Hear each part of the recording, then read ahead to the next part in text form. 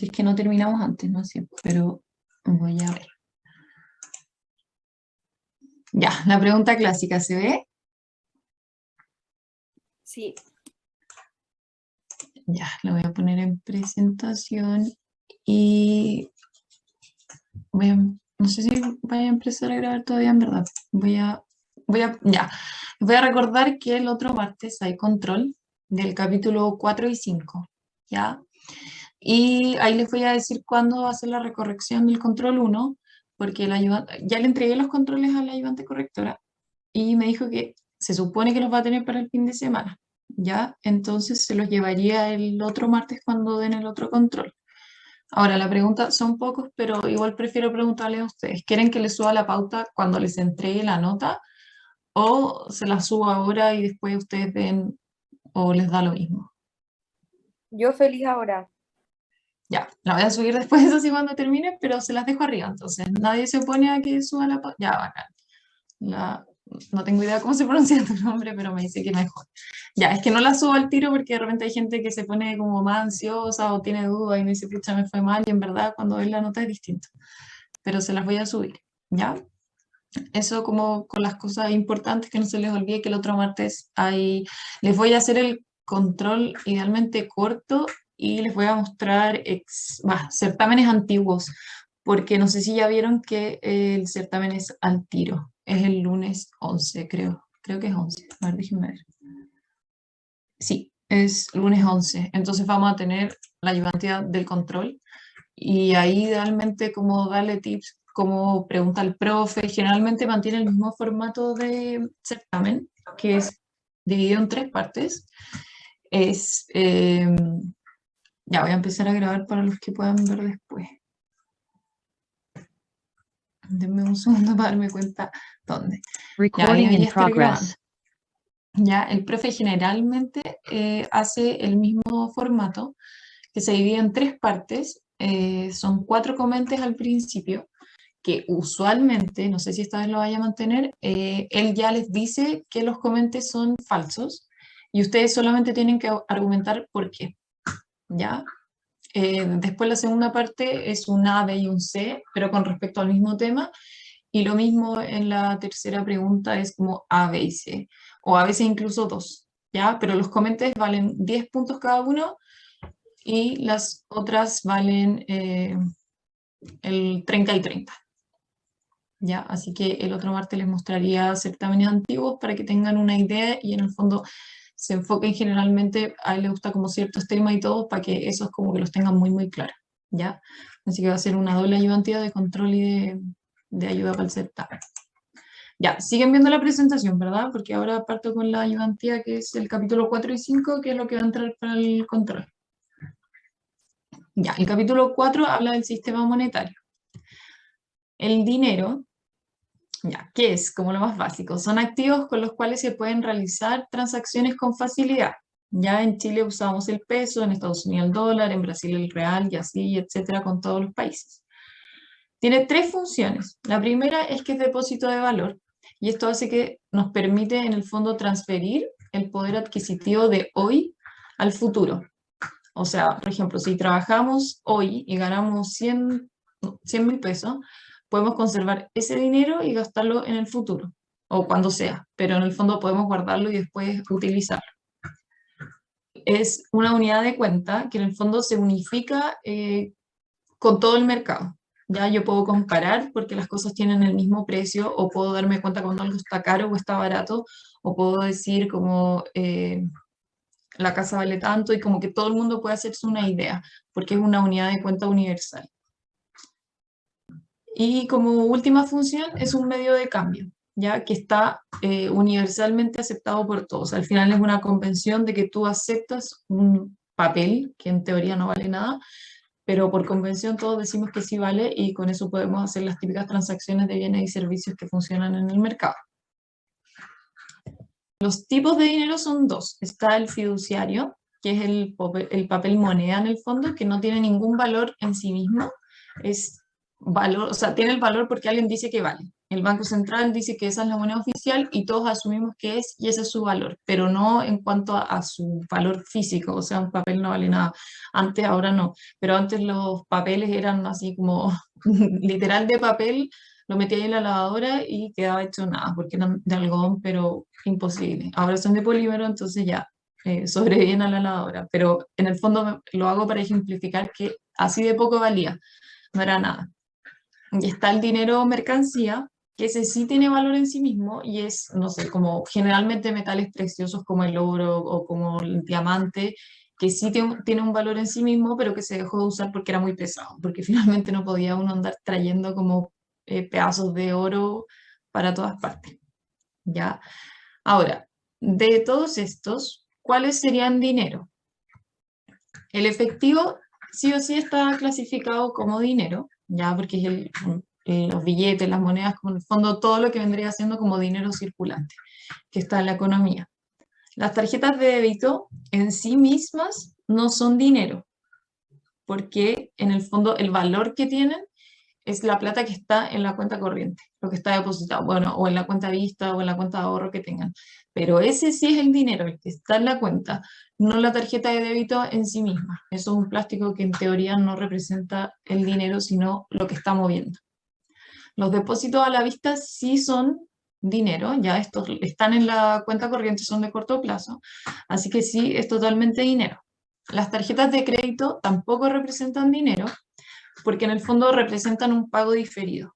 Yo pago hoy en el comercio, es la empresa con la que yo esté asociada, le va a pagar a esa empresa y yo después, no sé, de los meses que pacte, le voy a pagar. Entonces lo que sí representa el dinero es obviamente lo que está en la cuenta otra vez, pero no esa transacción que se está haciendo, porque más encima hay como una doble transacción, entonces podría confundir a todos. Entonces lo que sí se cuenta como dinero es la plata que tengo. ¿Ya? Y por último, los depósitos a plazo, que tal como dice su nombre, son de largo plazo y son una reserva de valor, pero en el fondo es mucho menos líquida que todas las otras que mencioné. O sea, que el circulante, que es como la plata directa o lo que está en las cuentas corrientes. ¿Ya? El depósito a plazo sí es dinero, pero es mucho menos líquido. Y la oferta monetaria es la cantidad de dinero disponible en la economía. ¿Ya? Es toda la plata que está circulando. Esa es la oferta. Y la controla el Banco Central. Ahí, ojo que tengan diferencia que la oferta monetaria no es lo mismo que la política monetaria. Son cosas distintas. La política monetaria es el control de la oferta monetaria, pero no la oferta monetaria en sí misma. ¿Alguien tiene dudas con esto?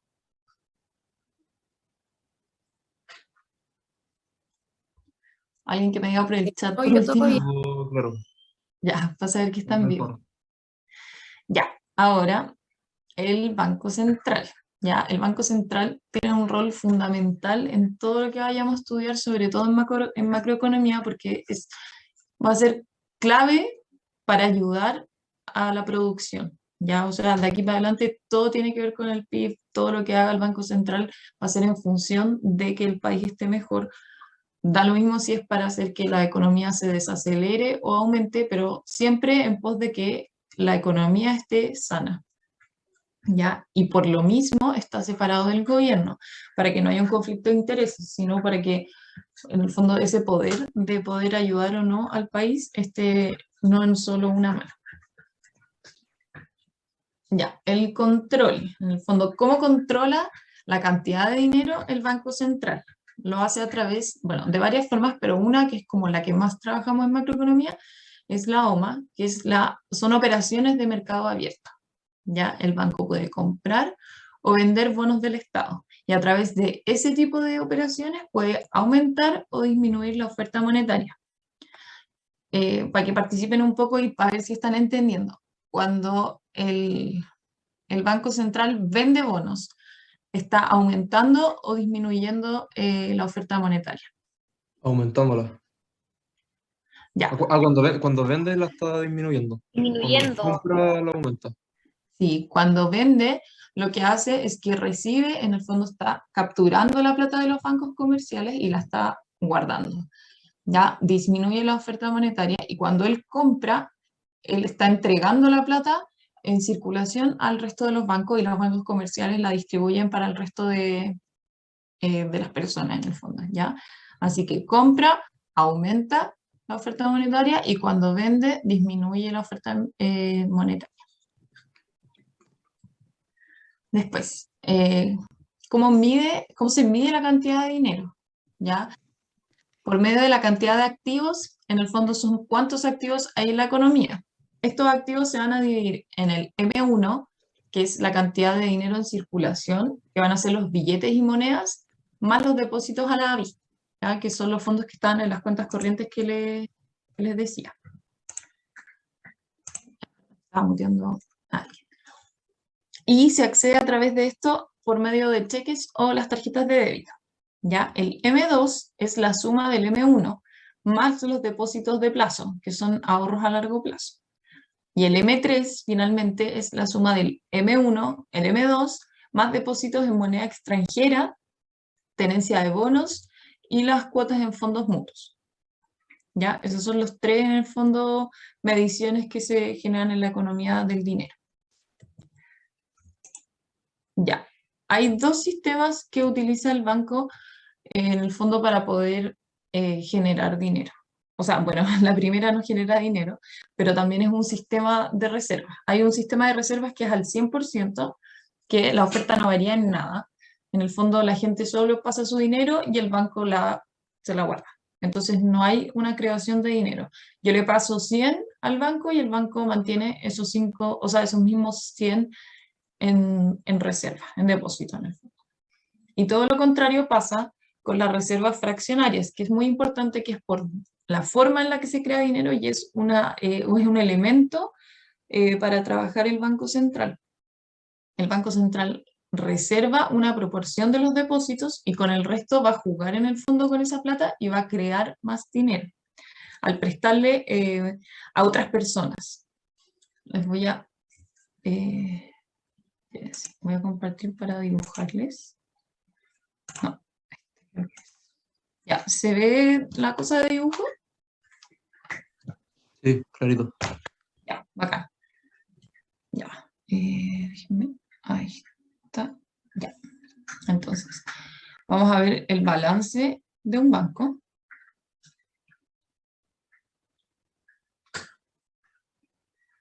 Y tenemos los activos y los pasivos por el otro lado.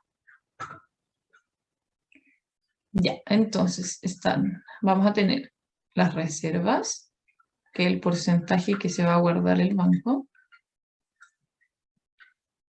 Los préstamos, que es el que le está entregando a las otras personas en el fondo para que usen el dinero de otros.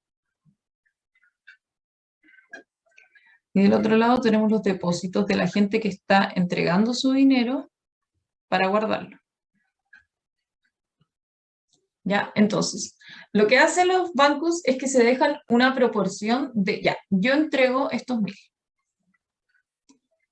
Y el banco va a guardar una proporción porque siempre tiene que tener cierta cantidad de liquidez para devolverle a la gente en caso de que se la pidan. ¿Ya? Entonces, si yo veo este balance, me voy a dar cuenta al tiro que el cociente de reserva, que se conoce como un RR, va a ser del 20%. Ya, ¿cómo llego a eso? Es el cociente, o sea, la división entre las reservas partido por los depósitos. María José, ¿por qué los depósitos serían pasivos? Porque esta es plata que tú le estás pasando al banco, el banco te la está guardando, y es pero un pasivo, perfecto. te la tienen que devolver. Ya. Esto es visto desde el punto de vista de nosotros, ¿o no? Claro. Ya. Y esta plata es la que el banco le va a prestar a otras personas, ¿ya? Entonces tenemos que las reservas son 200 y los depósitos son 1000, ¿ya? De ahí saqué el 20%. O sea, el banco está obligado por ley a quedarse con un 20% para poder hacer frente a cualquier tipo de situación o para asegurar que en el fondo que cuando alguien vaya a pedir su plata tengan liquidez para poder entregársela. ¿Ya? Entonces, el banco yo le entrego esos 1000. Lo que va a hacer el banco ahora es que va a aumentar la oferta monetaria de 1000 la va a aumentar a 1.800, ya con esta plata que estamos incluyendo, que creó a partir de lo que yo le entregué.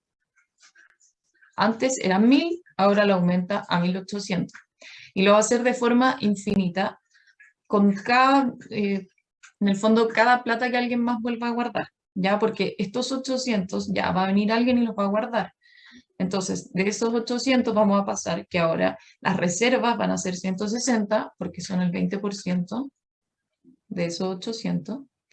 Van a prestar 640 y van a guardar 800, ¿ya? Entonces, a esos 1.800 yo le voy a sumar los nuevos 640 que van a entrar en circulación, y así infinitamente hasta abajo, ¿ya?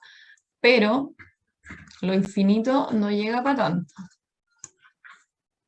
Va a quedar en el punto en el que, en el fondo, vamos a hacer el depósito inicial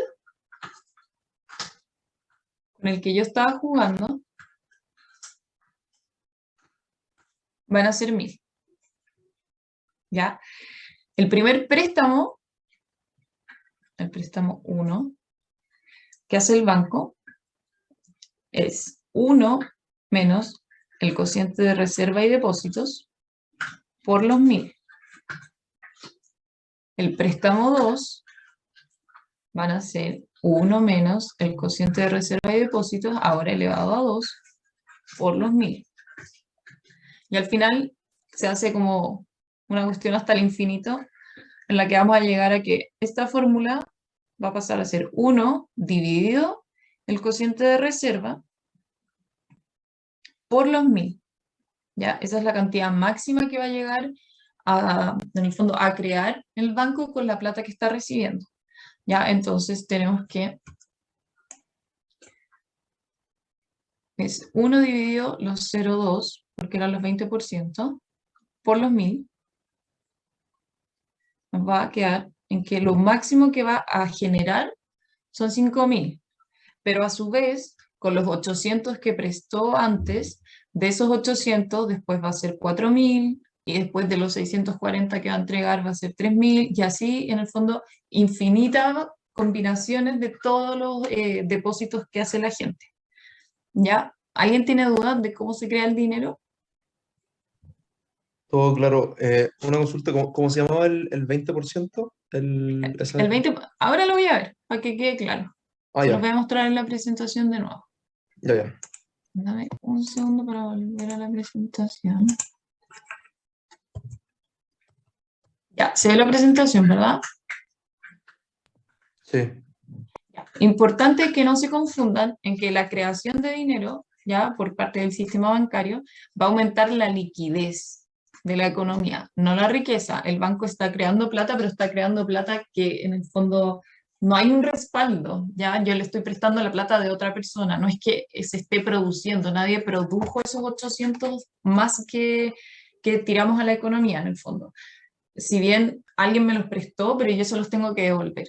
Entonces no hay una creación de riqueza, o sea, si les preguntan como ¿el Banco Central está aumentando la riqueza del país al imprimir billetes? No. Y es como la principal arma de doble filo que pasa en muchos países, que el banco termina imprimiendo billetes y no hay un respaldo, y por eso se producen las inflaciones, en el fondo, las hiperinflaciones, porque no hay un respaldo de producción que esté aumentando junto a ese dinero. ¿Ya? Así que para que no lo vayan a confundir. Parece, voy a cerrar la puerta.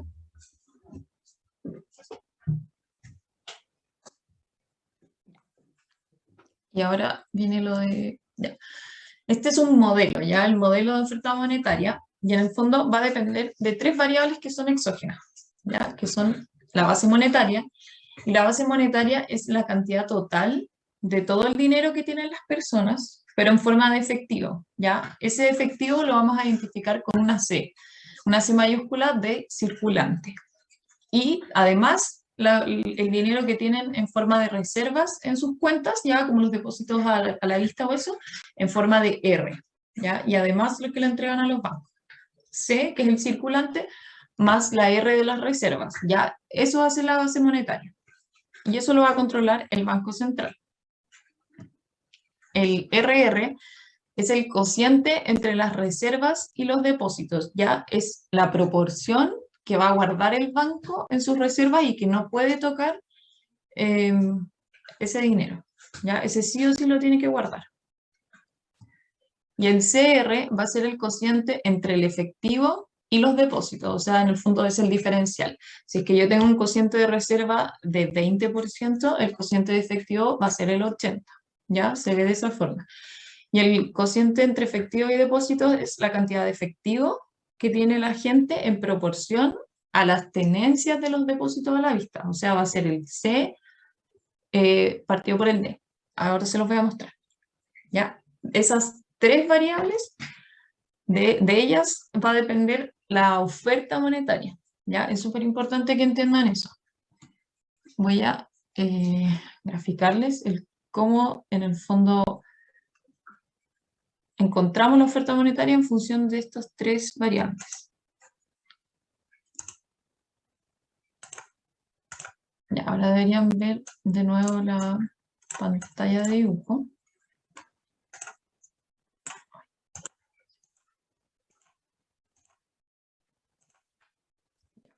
Entonces, se ve el dibujo, ¿cierto?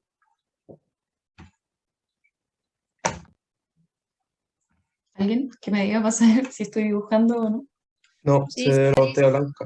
Ahí lo veo blanca. Ah, ya, pero ahí voy a dibujar. Ahí pensé ¿Ya? que hay dibujo. Ya. No, tranqui.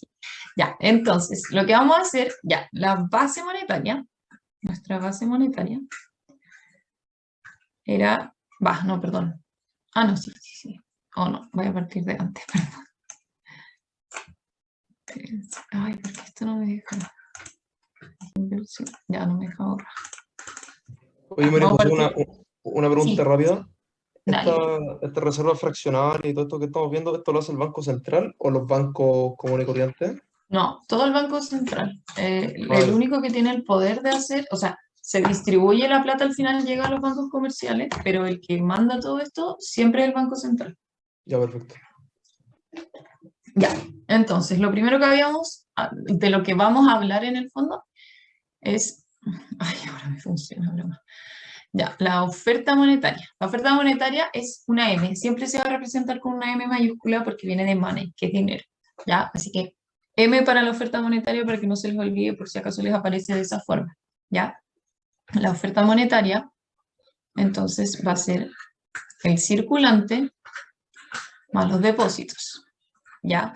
Y la base monetaria, lo que queda es el circulante más las reservas, ¿ya? Esta ecuación, o sea, la vamos a transformar en una ecuación, pero tenemos dos elementos, tenemos la oferta y la base monetaria, ¿ya? Y a través de los tres elementos que vimos antes, les voy a mostrar cómo en el fondo se encuentra la oferta monetaria en función de estas variables.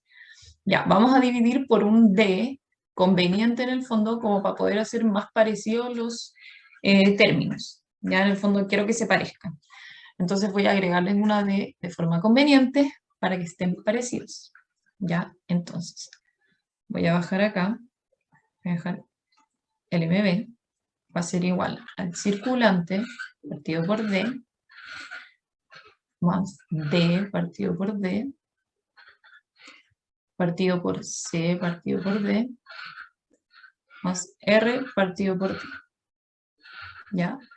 Entonces, este va a quedar en 1 y este C partido por D se parece y es lo mismo del cociente entre el efectivo y los depósitos. ¿Ya? Efectivo y depósitos viene siendo el C y el R. Y estos dos, ¿ya? Terminan siendo el C y el R. ¿Ya? Porque es el cociente entre el efectivo y los depósitos. Y después tenemos el R y el D, que es el cociente de reservas, ¿ya? Nuestro RR, las reservas partido de los depósitos. ¿Ya? Entonces, llegamos a que esta ecuación es igual a... Vamos a despejar, ¿ya? Voy a pasar la B, o la voy a pasar al último para que no se confunda. Ya, tenemos MB, CR, más el 1, partido por CR, más RR. Y ahora voy a pasar esta B porque estamos despejando la oferta monetaria para ver cómo se forma. Un segundo que me va a hablar. Ya. Como vamos a despejar, vamos a pasar esta B multiplicando para acá. ¿Ya? Entonces, nuestra oferta monetaria va a ser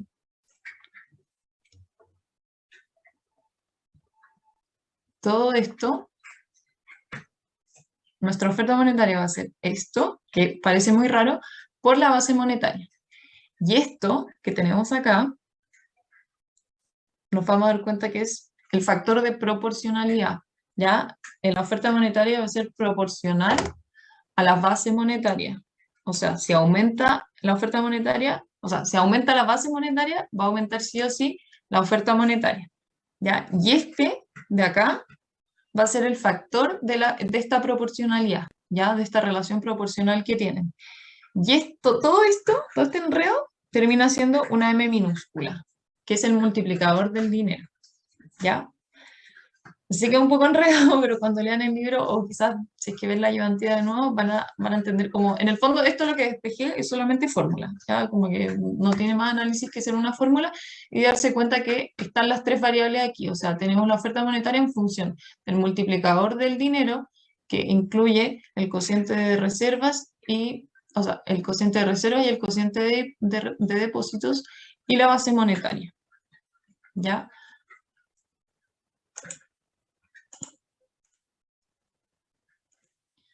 Entonces, ya, tenemos esos tres elementos, las tres variables exógenas, y el multiplicador del dinero aparece y nos dice que cada peso de la base monetaria, que es la B, produce M cantidad de pesos. ¿Ya? Ese va a ser en el fondo el que aumente o disminuya la base monetaria y a su vez la oferta monetaria.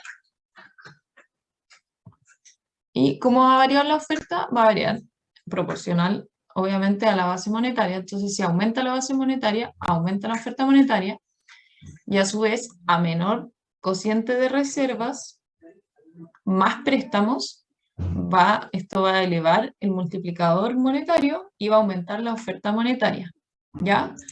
No sé si alguien tiene dudas con eso, pero esto es súper importante porque es o sea, así como el banco utiliza las OMA de venta o de compra para hacer las políticas monetarias, esta también es una política monetaria, disminuir o aumentar el coeficiente de reserva, ¿ya? Si es que yo disminuyo el coeficiente de reserva, significa que voy a guardar menos plata, por lo tanto voy a entregar más plata a que empiece a circular.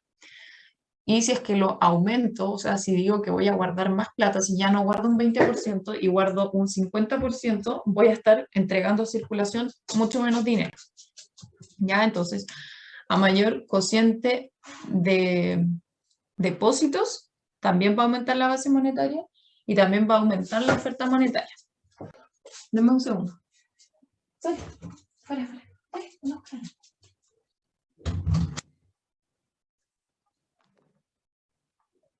Ya. ¿Alguien tiene dudas con eso? ¿Cómo funciona y cómo lo utiliza el banco para poder crear más o menos dinero? Todo claro. Ya, bacán, gracias. Y ahora lo importante es la política monetaria, obviamente, porque es como en función de cómo va a estar la economía. Por ejemplo, ahora el Banco Central va a anunciar, o todos esperan que anuncie un alza en las tasas en el fondo para desacelerar la economía. Esa alza de tasas, la tasa de interés real, va a hacer que en el fondo la inversión se vea perjudicada. Y al haber menos inversión, va a haber menor producción en el país. ¿Ya? Por eso es tan importante la política monetaria, porque en el fondo va a ayudar a definir cuánto va a producir el país, si va a crecer o no. Esa es como la importancia más grande que tiene. Ya, tiene dos grupos de instrumentos para poder afectar en el fondo a la economía. ¿Ya? Los que influyen en la base monetaria o los que influyen en el multiplicador monetario. ¿Ya? La B es la base monetaria y el multiplicador monetario. Los que influyen en la base monetaria están por medio de la OMA. ¿Ya? ¿Se acuerdan? Lo de oferta de o sea, operaciones de mercado abierta. compra o venta de bonos, que son las principales, así que esas se las tienen que tatuar y no se les olvide nunca más hasta el grado, ¿ya? Operaciones de mercado abierta, compra y venta de bonos, aumenta o disminuye la oferta monetaria. Y también, algo menos común de lo que se habla, en los préstamos a los bancos. El Banco Central hace préstamos no a las personas, pero sí a los bancos comerciales. Es poco común, pero lo hace. Y al prestarle dinero a los bancos, aumenta también la oferta monetaria, la base monetaria y a su vez la oferta monetaria, ¿ya? El otro grupo de instrumentos es el de los cocientes, que afecta al multiplicador monetario, ¿ya? Son las reservas exigidas o lo que se llama la tasa de encaje. Si aumenta la tasa de encaje, va a disminuir la oferta monetaria, y si es que la tasa de encaje, que les dije, si aumenta o disminuye, no sé, me confundí, pero si la tasa de encaje es más alta, obviamente van a entregar menos dinero y la oferta monetaria va a ser menor, y si la tasa de encaje es más alta, van a tener que guardar más reservas y van a poder entregar menos dinero, ¿ya? Eso. ¿Alguna duda con los dos instrumentos? ¿Cómo actúa la política monetaria? No, nada, todo claro. Ya, entonces vamos a tener políticas expansivas que aumentan la oferta y las políticas contractivas disminuyen la oferta. Esto no se les puede olvidar, ya esto viene sí o sí en las pruebas, en el fondo, porque sé que es como vaya, obvio, pero de verdad que se les olvida mucho. O sea, me dicen como una política fiscal expansiva y me hablan del Banco Central, que no tiene nada que ver con lo fiscal y más encima es una disminución. Entonces, en verdad tienen que tenerlo muy claro porque son puntos que van a sacar sí o sí si es que lo pueden diferenciar. ¿Ya? Se ve súper simple, pero de verdad que las pruebas veo que la gente se confunde mucho. Entonces, políticas expansivas aumentan la oferta, las políticas contractivas disminuyen la oferta. Ya, eso en el capítulo de dinero. Ya, el segundo capítulo es el de inflación. Y obviamente, y lo clásico que vemos en macro es la teoría cuantitativa. Esta teoría cuantitativa nos explica la relación entre la cantidad de dinero, o sea, la oferta, y ciertas variables económicas, como los precios y las rentas. Y las rentas, ¿se acuerdan que finalmente eran los ingresos y los ingresos terminan siendo la producción?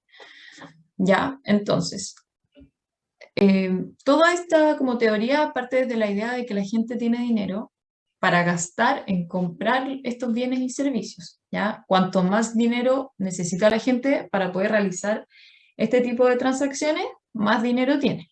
Entonces la cantidad de dinero de la economía está relacionada con el número de pesos que hay en todas las transacciones.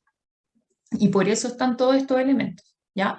Entonces, tenemos, en el fondo, la relación de las transacciones y el dinero va por M, que es la oferta monetaria, que es la cantidad de dinero. La B es la velocidad de cuántas veces cambia de mano este dinero. Y esto va a ser igual a los precios, cuánto es lo que pagué. Y T, que son las transacciones, que es cuántas veces en el año, en el fondo, se van a intercambiar todos los bienes o servicios por dinero, ¿ya? Ahí tienen, igual les voy a subir después el PPT, pero ahí están las definiciones. Ya, entonces, para simplificar, vamos con que la oferta monetaria por la velocidad del dinero es igual a los precios por la producción. ¿Por qué la producción? Porque es muy difícil contar el nivel de transacciones. Entonces vamos a asumir que en el fondo, como no hay un registro de las transacciones que se hacen, vamos a decir que en vez de las transacciones vamos a poner el nivel de producción del país, porque dentro del nivel de producción vamos a saber cuántos bienes o servicios más o menos se están comprando. ¿Ya? ¿Todos claros de por qué nuestra T pasa a ser una I?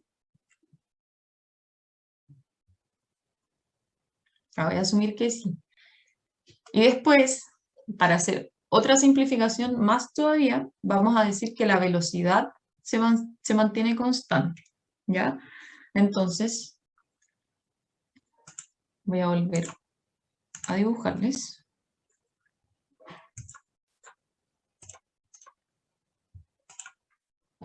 Tenemos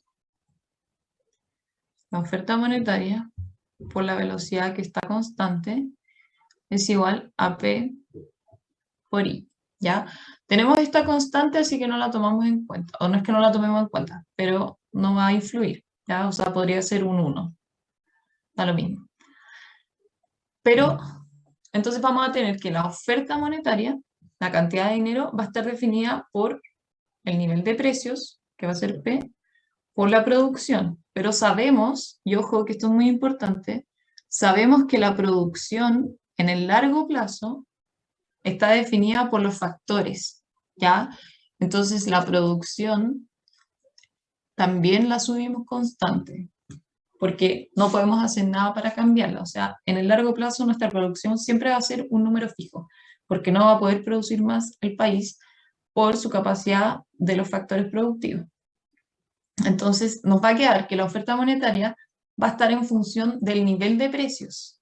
Y si se acuerdan de los primeros capítulos, el nivel de precios nos indica, en el fondo, la variación en los precios. Por eso es el nivel de precios. Nos lleva a una variación, ¿ya? Entonces, esa variación nos va a llevar a la relación que tiene el dinero con la inflación, ¿ya? Y por eso es tan importante. Voy a cortar la reunión porque queda un minuto. Métanse al mismo link, en el fondo, para no quedar en medio de esta explicación porque es súper importante y les va a aparecer otras veces. Entonces, corto la reunión y se meten al mismo link, ¿ya? Nos vemos al tiro.